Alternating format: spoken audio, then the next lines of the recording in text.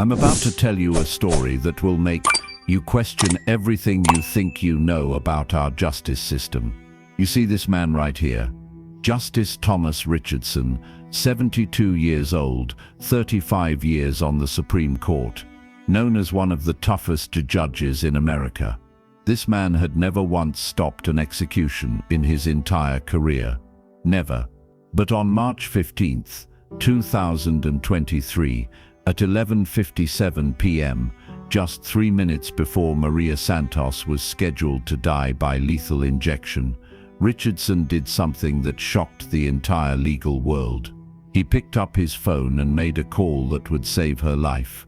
Now you're probably thinking this was just another routine appeal, right? Wrong. Because what Richardson discovered about Maria's case wasn't just prosecutorial misconduct or a legal technicality. What he found was so devastating, so earth-shattering, that it would expose a conspiracy involving 12 federal prosecutors, 4 judges, and a cover-up that had been going on for 8 years. I've spent months investigating this case, talking to sources inside the federal court system, and what I uncovered will blow your mind. Because Maria Santos wasn't just innocent of the crime she was about to die for. She was the victim of the most sophisticated frame-up in modern American legal history. And here's the part that's going to mess with your head.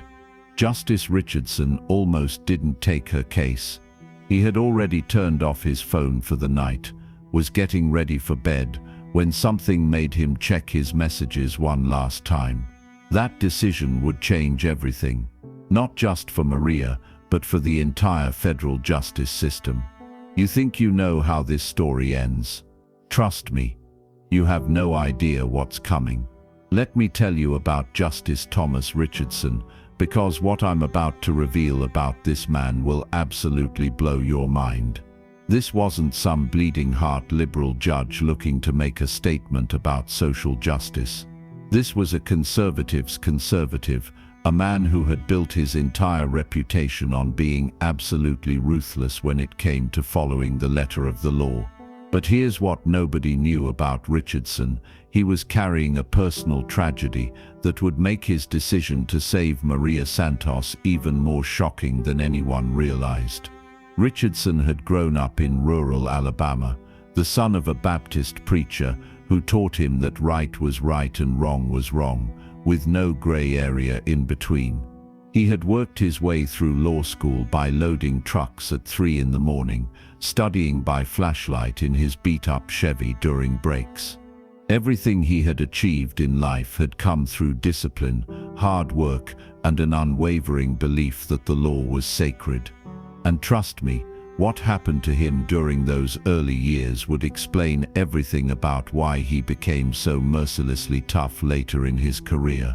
When President Reagan nominated him to the Supreme Court 35 years earlier, Richardson was the youngest justice ever appointed.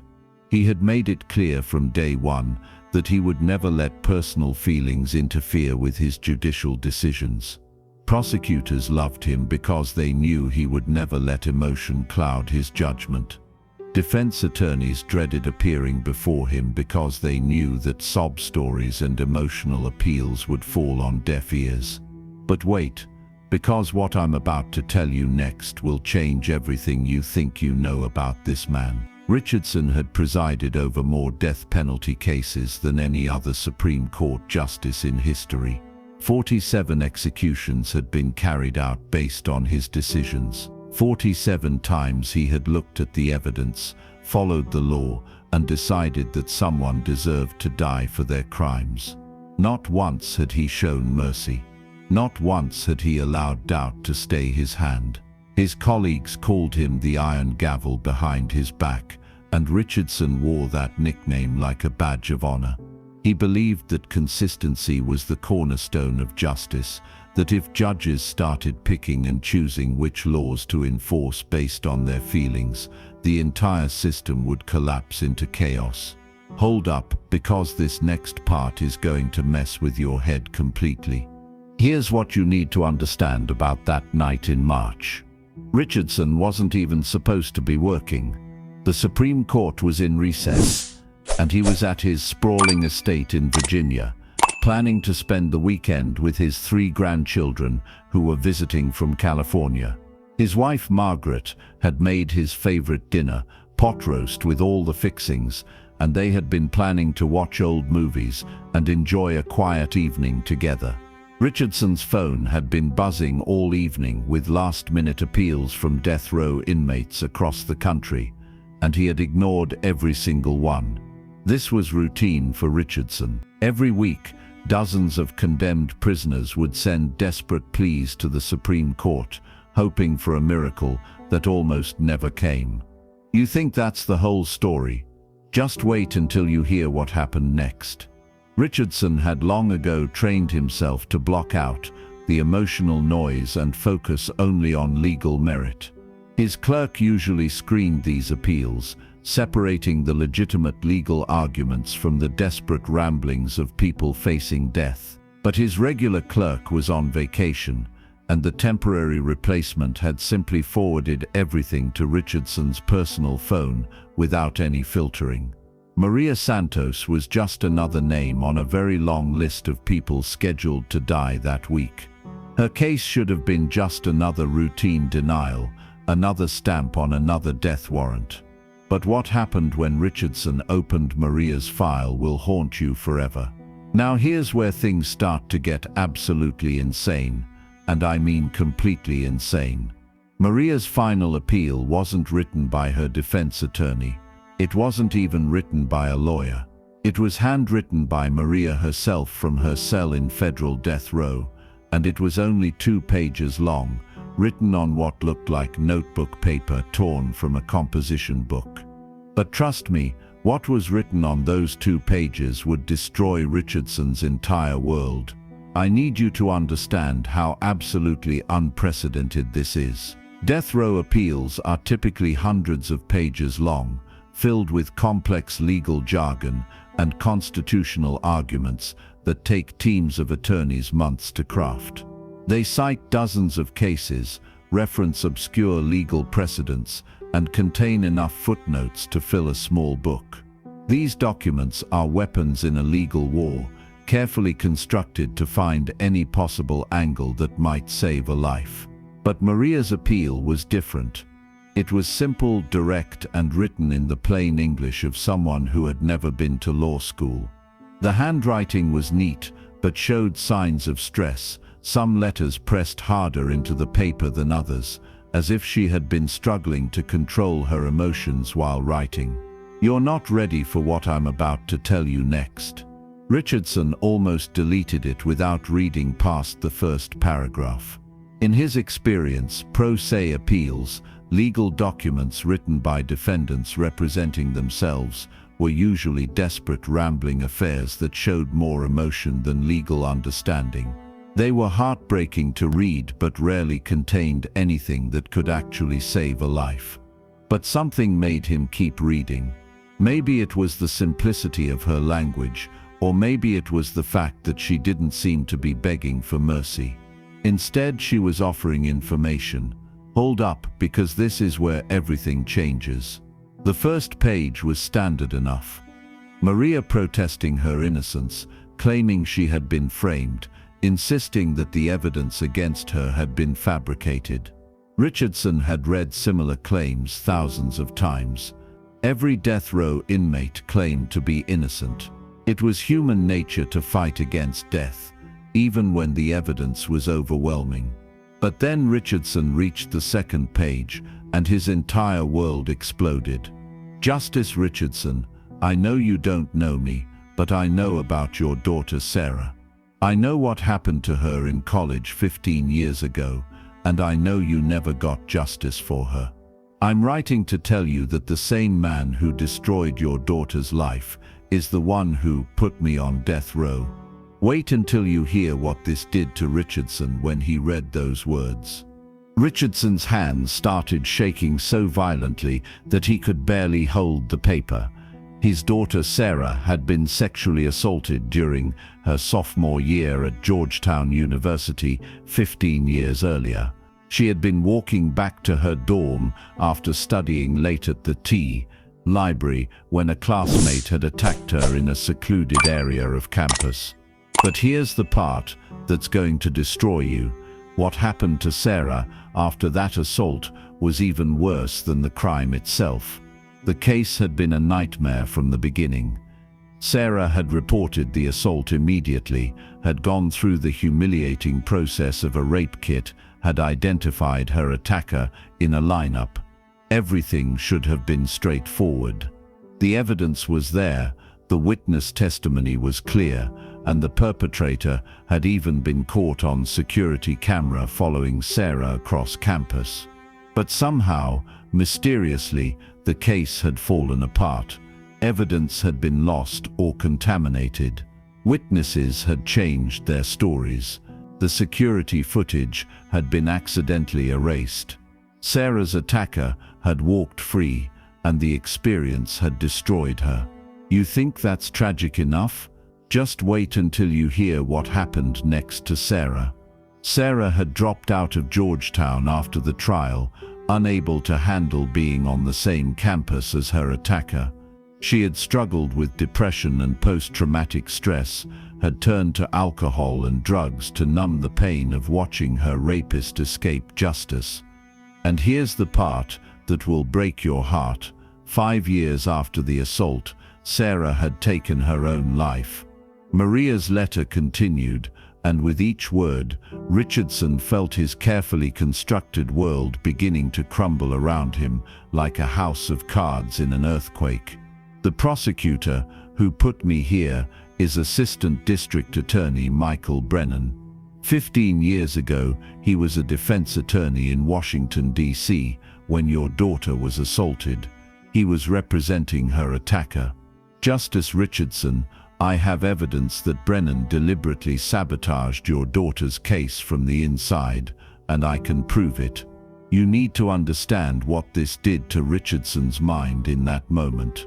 Richardson had to set the letter down because his hands were shaking so badly that he couldn't hold the paper steady. Michael Brennan. That name was burned into his memory like a brand, seared into his consciousness with the pain of 1,000 regrets. Brennan had been the hotshot young defense attorney who had somehow gotten Sarah's attacker off on what everyone had called a series of technicalities. But wait, because what I'm about to tell you about Brennan will make your skin crawl. Richardson remembered Brennan clearly, a smooth-talking man in his 30s who had worn expensive suits and driven a BMW that cost more than most people made in a year. Brennan had been polite during the trial, even sympathetic, expressing regret about the unfortunate situation while systematically destroying the prosecution's case piece by piece. At the time, Richardson had attributed Brennan's success to superior legal skills and prosecutorial incompetence. He had been angry, devastated by the outcome, but he had accepted it as part of how the system sometimes worked. Good lawyers could sometimes create reasonable doubt even when their clients were guilty. Hold up, because what Maria was claiming would turn that entire belief system upside down. But now Maria Santos was claiming that it hadn't been superior legal skills at all.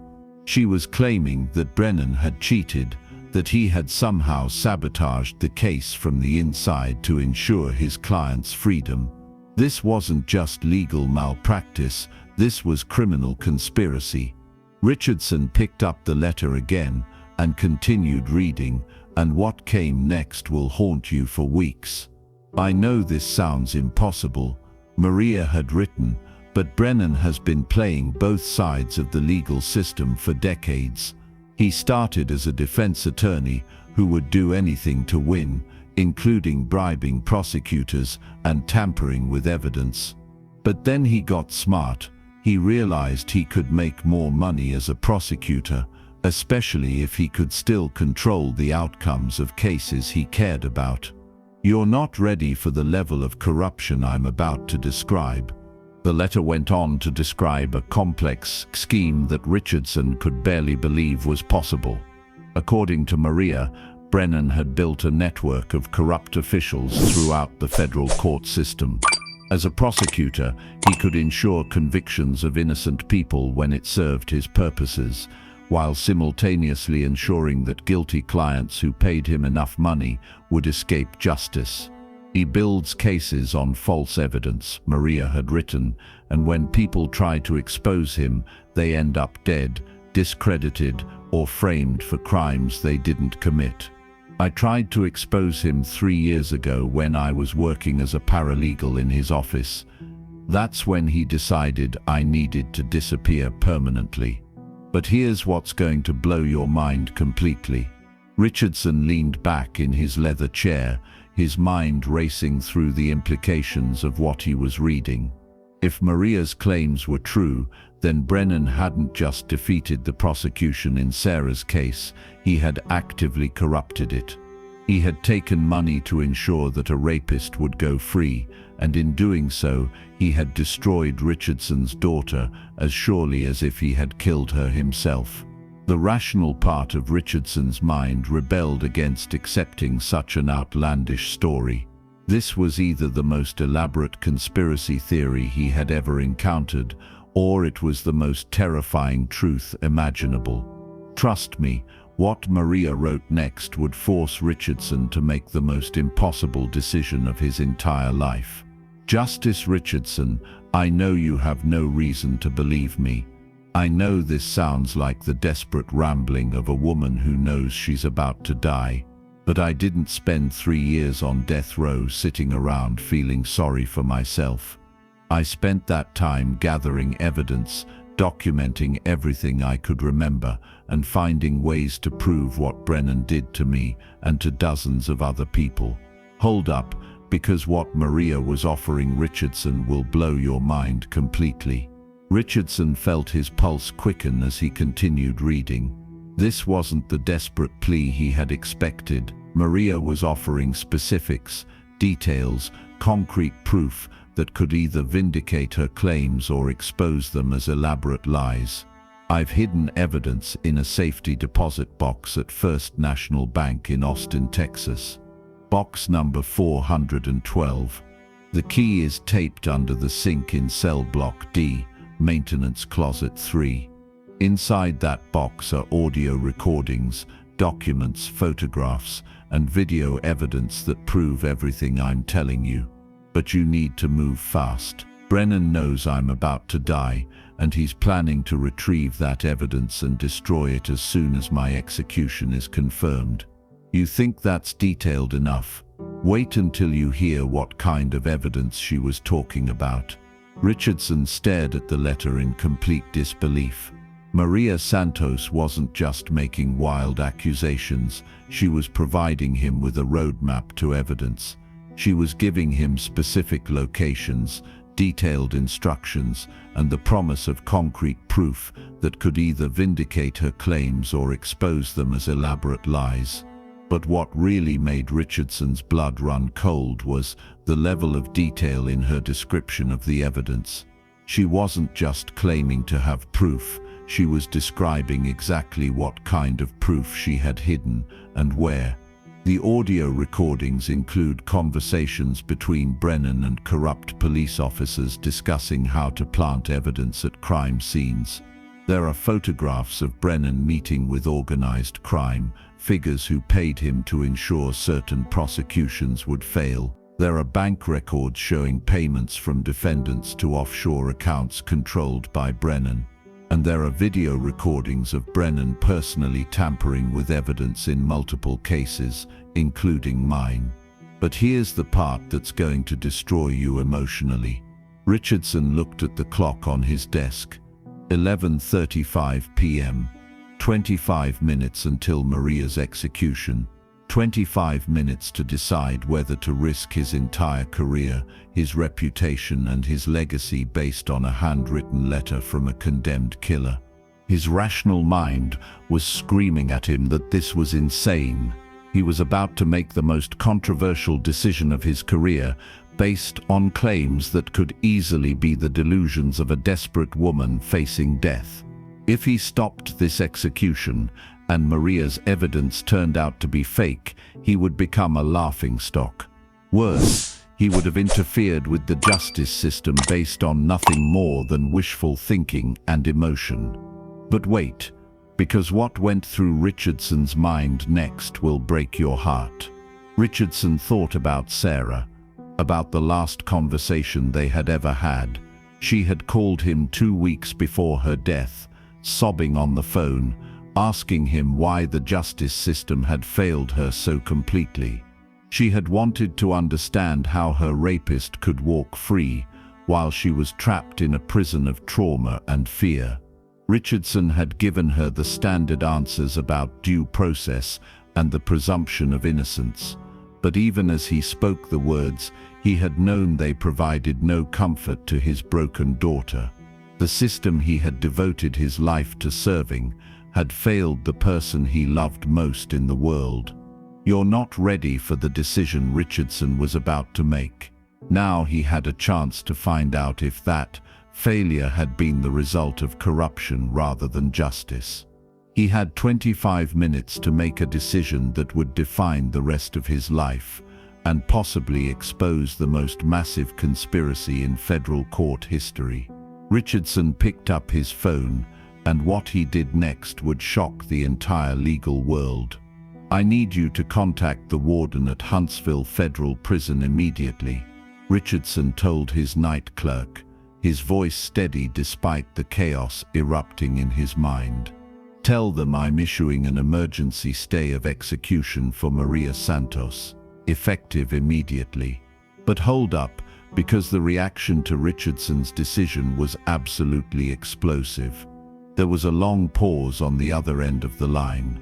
His clerk, a young man named David, who had worked for Richardson for 3 years, had never heard his boss make such a request. Emergency stays were incredibly rare, especially ones issued so close to execution time. "Justice Richardson, are you absolutely certain about this? The execution is scheduled for midnight. If we stop this now, it's going to create a massive media firestorm. Every news outlet in the country is going to want to know why you intervened at the last minute." Richardson looked at his daughter's photograph on his desk, the same photo he had looked at every day for the past 10 years. Sarah smiling in her graduation gown, holding her degree from high school, full of hope and excitement about starting college at Georgetown. She had no idea what was waiting for her there. "You're not ready for what Richardson said next." "I'm certain," Richardson said. "And I need you to make another call immediately. Contact the FBI field office in Austin, Texas. Tell them I'm ordering an emergency investigation into evidence located at First National Bank, Safety Deposit Box 412. They need to secure that box immediately and treat its contents as potential evidence in a federal crime." "Sir, what kind of federal crime are we talking about?" Richardson hesitated. How could he explain that he was potentially uncovering a conspiracy that reached into the highest levels of the federal justice system? How could he tell his clerk that everything might be based on a handwritten letter from a death row inmate? "Trust me, what the FBI found in that safety deposit box will destroy your faith in the justice system.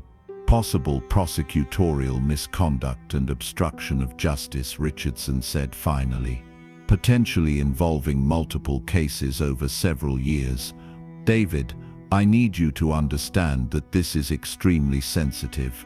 No one outside of our office and the FBI can know about this investigation until we determine what we're dealing with."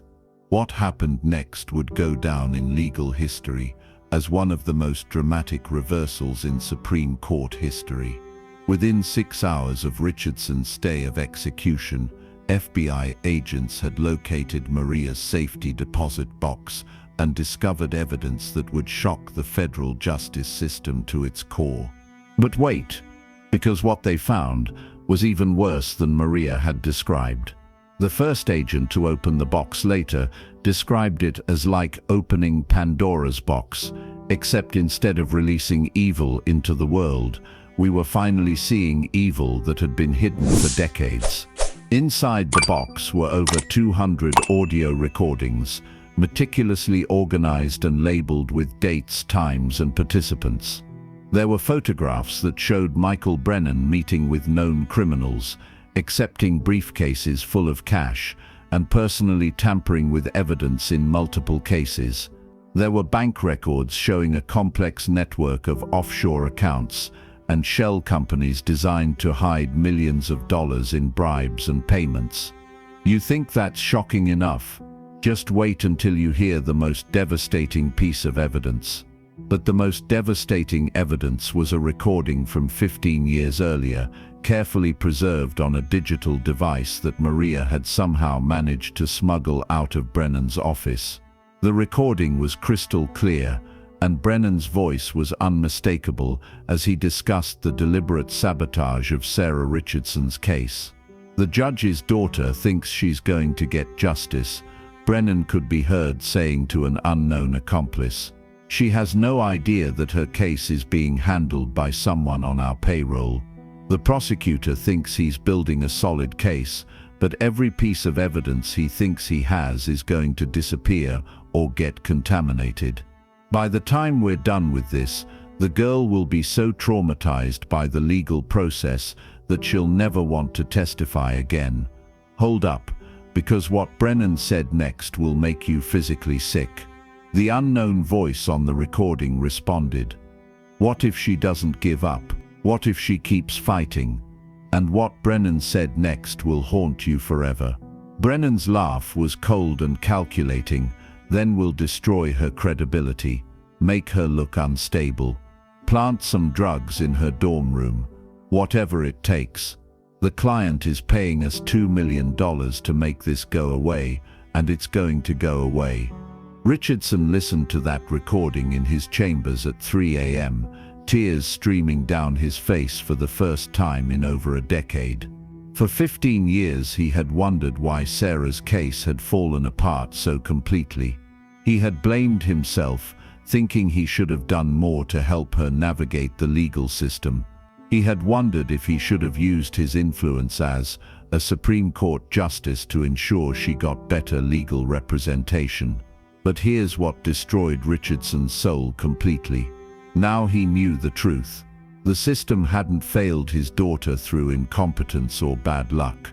It had been deliberately sabotaged by a criminal who had been paid to ensure that a rapist would go free. Sarah's trauma, her depression, her eventual suicide, all of it could be traced back to Michael Brennan's greed and corruption. But trust me, the evidence didn't stop there, and what Maria had documented will blow your mind. Maria had also documented 12 other cases where Brennan had fabricated evidence, intimidated witnesses, or deliberately thrown cases to secure convictions of innocent people. 12 innocent people who were currently serving life sentences or sitting on death row because of his lies. The scope of Brennan's corruption was staggering. He had been operating for over 20 years, building a criminal empire that spanned multiple states and involved dozens of accomplices in law enforcement, the court system, and organized crime. He had made millions of dollars by selling justice to the highest bidder, destroying countless lives in the process. Wait until you hear what Richardson decided to do next. Richardson spent the rest of that night listening to recordings and reviewing documents, each piece of evidence making him more determined to see Brennan brought to justice. But he also knew that simply having evidence wasn't enough. Brennan was a respected prosecutor with powerful connections throughout the federal system. Taking him down would require more than just recordings and documents. It would require a confession.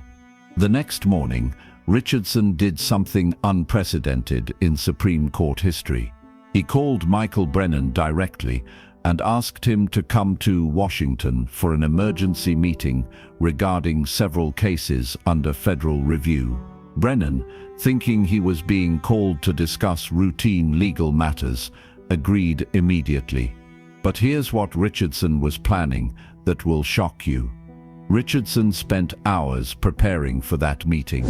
He arranged for FBI agents to be stationed outside his chambers, and he had sophisticated recording equipment set up to capture every word of their conversation. He also had transcripts of the most damaging recordings printed out, ready to confront Brennan with his own words. When Brennan walked into Richardson's chambers that afternoon, he appeared confident and relaxed. He was impeccably dressed in a tailored suit, carrying a leather briefcase, and wearing the same charming smile that had helped him manipulate the justice system for decades. "Justice Richardson," Brennan said, extending his hand for a shake. "It's an honor to meet with you. I have to say I was surprised to get your call, but I'm always happy to assist the Supreme Court in any way I can. You're not ready for what happened next." Richardson didn't take Brennan's offered hand. Instead, he gestured to a chair across from his desk. "Please sit down, Michael. I want to talk to you about Maria Santos." The change in Brennan's demeanor was immediate and dramatic. The color drained from his face, his confident smile disappeared, and his hands began to shake slightly. For a man who had built his career on maintaining composure under pressure, his reaction was telling.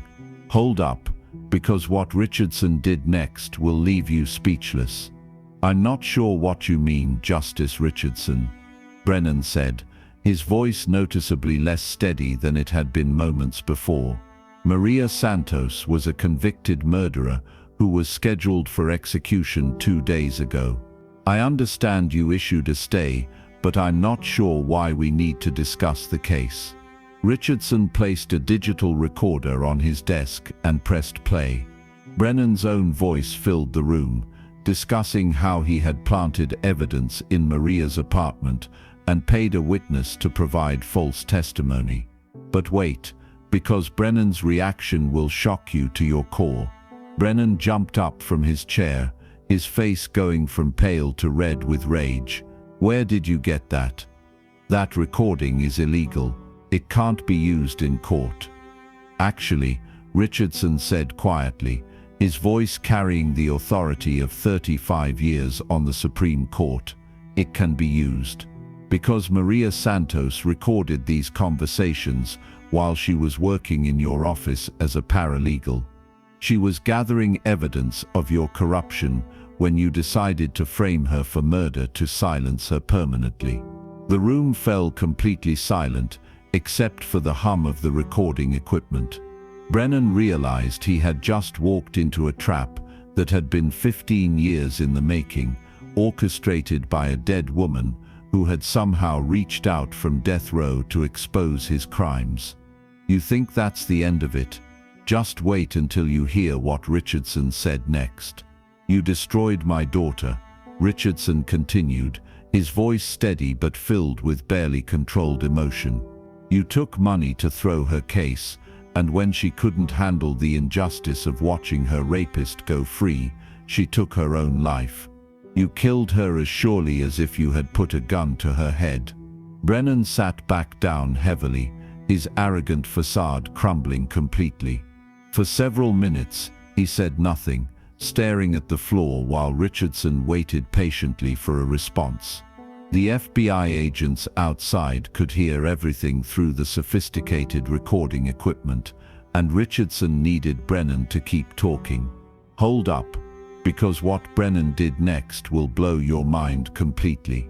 Finally, Brennan looked up, and Richardson was shocked to see that his eyes were filled with what looked like relief. It was as if carrying the weight of his crimes for so many years had finally become unbearable, and being caught was almost a blessing. "You want to know the truth, Richardson," Brennan said, his voice shaking with a mixture of fear and defiance. "Your daughter wasn't my first victim, and she wasn't my last. I've been playing this game for 20 years, and I'm damn good at it. Defense attorney, prosecutor, It doesn't matter which side of the courtroom I'm on. The system is so corrupt, so broken, that people like me can operate for decades without anyone even noticing. But wait, because what Brennan confessed next will make you physically sick. Richardson felt his hands clenching into fists under his desk, but he forced himself to remain calm and professional. Every word Brennan spoke was being recorded, and this confession would be crucial to ensuring convictions for all of his crimes. Sarah's case was actually one of the easier ones, Brennan continued, seeming to gain confidence as he spoke, as if unburdening himself of years of secrets was liberating. Her attacker's family had serious money and political connections. They knew exactly how to make problems disappear, and they were willing to pay whatever it took. All I had to do was make sure the evidence got lost, the witnesses got confused, and the timeline got muddled.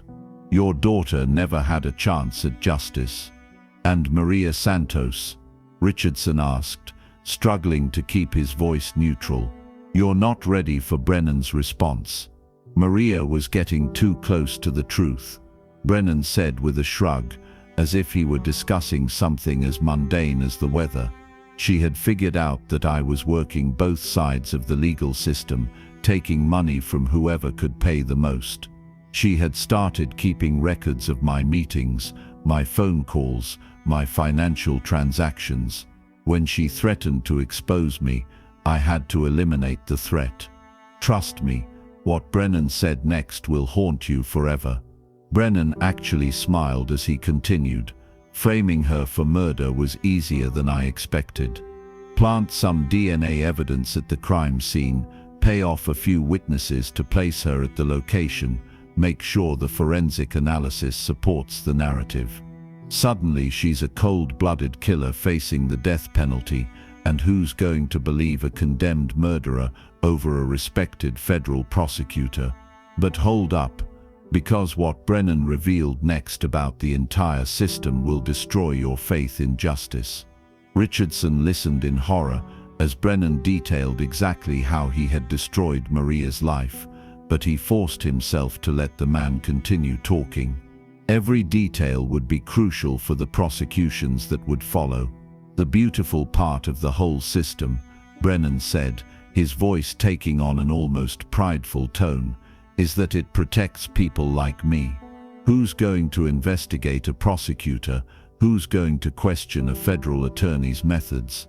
The system assumes we're the good guys, so we can get away with almost anything. But Brennan had fatally underestimated Richardson's commitment to getting justice for his daughter and for all of Brennan's victims. As Brennan continued his confession, FBI agents were simultaneously executing search warrants at his office, his home, and 3 private storage facilities he had rented under false names, gathering evidence that would expose the full scope of his criminal enterprise. You're not ready for what they found.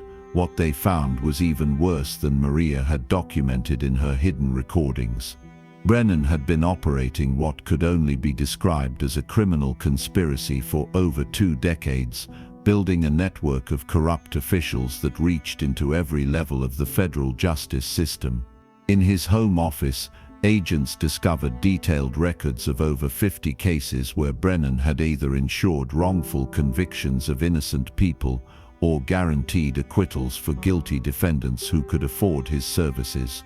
The records showed payments totaling over $30 million, all carefully laundered through a complex network of shell companies and offshore accounts. But wait, because what they found next will blow your mind completely. Perhaps most damning was a detailed ledger that Brennan had kept, apparently as insurance against his criminal associates. The ledger contained names, dates, amounts, and specific details about every corrupt transaction he had been involved in over the past 20 years. It read like a catalogue of injustice, with each entry representing a life destroyed or a crime unpunished. The evidence showed that Brennan had been responsible for at least 18 wrongful convictions, including 5 people who had already been executed based on fabricated evidence. He had also ensured the acquittals of dozens of serious criminals, including murderers, drug dealers, and organized crime figures who had paid for his services. Hold up, because the corruption went far beyond just Brennan. But the corruption went far beyond Brennan himself. His records implicated 4 federal judges, 12 prosecutors, 37 police officers, and dozens of other officials who had participated in his schemes. The investigation would eventually reveal a conspiracy that had corrupted multiple federal districts and had been operating with virtual impunity for decades. Within 48 hours of Richardson's confrontation with Brennan, federal agents had arrested the prosecutor on charges of conspiracy, obstruction of justice, murder, racketeering, and more than 200 counts of civil rights violations. The evidence against him was so overwhelming that even his own defense attorneys advised him to plead guilty and cooperate with federal investigators. But Richardson wasn't finished. He used his position on the Supreme Court to launch a comprehensive review of every case Brennan had ever been involved with, either as a defense attorney or as a prosecutor. It would take 2 years and cost millions of dollars, but Richardson was determined to identify every innocent person who had been victimized by Brennan's corruption. You think that's where this story ends? Trust me, what happened to Maria Santos will break your heart and restore your faith at the same time. The investigation became the largest judicial corruption scandal in American history, and what happened next will give you chills. The investigation became the largest judicial corruption scandal in American history. Federal prosecutors from other districts had to be brought in to handle the cases because so many local officials had been compromised. The trials would continue for years, with Brennan eventually receiving multiple life sentences and dozens of his accomplices facing serious prison time. Maria Santos was released from prison 6 months later after spending 8 years on death row for a crime she didn't commit. The real killer, who had been protected by Brennan in exchange for a substantial payment from organized crime figures, was arrested within weeks of Maria's release and eventually sentenced to life in prison without the possibility of parole. But wait, because what happened when Maria walked out of prison will break your heart. Richardson personally attended Maria's release, something he had never done before in his entire career. He had spent 35 years on the Supreme Court, maintaining strict professional distance from the people affected by his decisions, but this case was different. This case was personal. As Maria walked out of prison, surrounded by reporters and supporters, she spotted Richardson standing off to the side. She broke away from the crowd and walked directly to him, tears streaming down her face. "Justice Richardson," she said, her voice barely above a whisper, "I need you to know something important. Hold up, because what Maria said next will destroy you emotionally."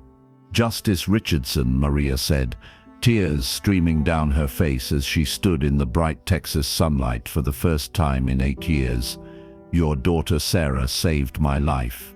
Even though she's been gone for 10 years, her story gave me the strength to keep fighting when everyone else had given up on me." Richardson felt his carefully maintained composure finally break. For 10 years, he had carried the crushing guilt of not being able to save his daughter. He had blamed himself for not fighting harder against the system that had failed her, for not finding a way to get her the justice she deserved, for not recognizing the signs of her declining mental health before it was too late. But wait, because what Maria revealed next will give you chills.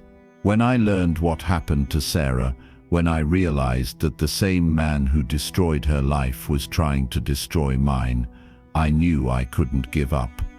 Maria continued. "I spent every day in that cell thinking about her, about how she never got the chance to see her attacker punished. I promised myself that if I ever got the opportunity to expose Brennan, I would do it for her as much as for myself. Richardson understood now that Sarah's death hadn't been meaningless.